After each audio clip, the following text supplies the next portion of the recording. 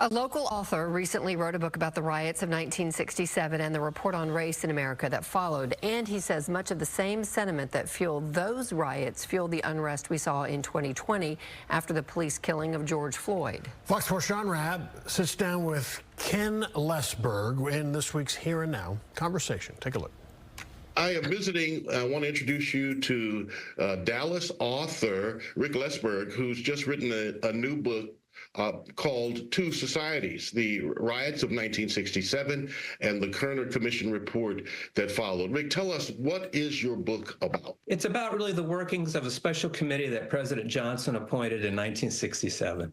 Okay. And that year, there were over 150 riots in different cities throughout the country, not just Newark and Detroit that most people recall, but places in Nebraska and Iowa and Arizona that you would not have expected. They concluded that it wasn't riffraff or communist or losers that were responsible for the rioting. They believed that the rioting was a response to decades of pervasive discrimination and segregation. And what my book talks about is how they went about doing this. There had never been that kind of investigation before on such a large scale. So for folks to know, you are considered to be the most knowledgeable person in this country on the workings of the Kerner Commission.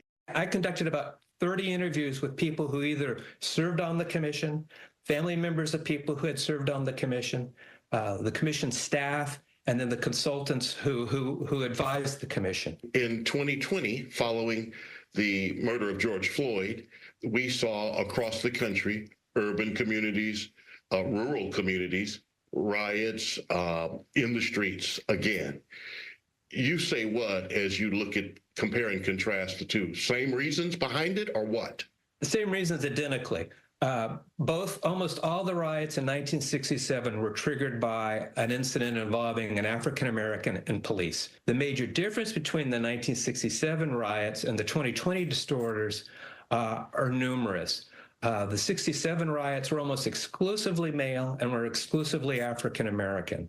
The 2020 disorders, and I want to make a distinction, not every protest turned into a riot or a disorder in 2020. I need to make that very, very clear. It's something on the order of like 98% of all the protests were peaceful and orderly. Having said that, the disorders in 2020, it's almost 50-50 Anglo and Black. A third of the participants in 2020 were also female. The 1967 riots were all within Black neighborhoods. The 2020 disorders were more in downtown or public spaces outside of City Hall, for instance, or are there some sort of plaza? The level of violence, more importantly, was much, much less in 2020 than it was in 1967. I hear you say almost identical. Are you saying that the two societies still exist? Are you saying that we haven't made progress?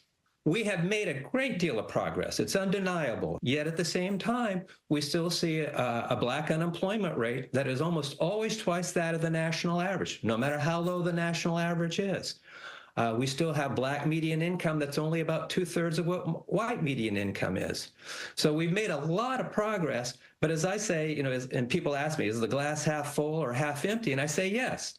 We've made a lot of progress to where the glass is now half full. It was not that way 50, 60 years ago, but we need to be cognizant that we still have further to go. What is it you want people to understand and take from your book and from your comparison and contrast to 67 and 2020? There's really a number of things. One is that I think it's important to go back and look at how the commission made its conclusions and made the statements that it did. These people somehow came together and not just produced a report that was boldly worded and frankly shocked a lot of white America, but it was unanimously adopted. And when you think about that in the context of today, of how polarized we are and how difficult it is for us to talk about race, as we've seen about DEI or how we talk about slavery in public schools, there's got to be a message in there for how we can return to that spirit of cooperation and put our personal beliefs or agendas behind us and try to reach for the greater public good.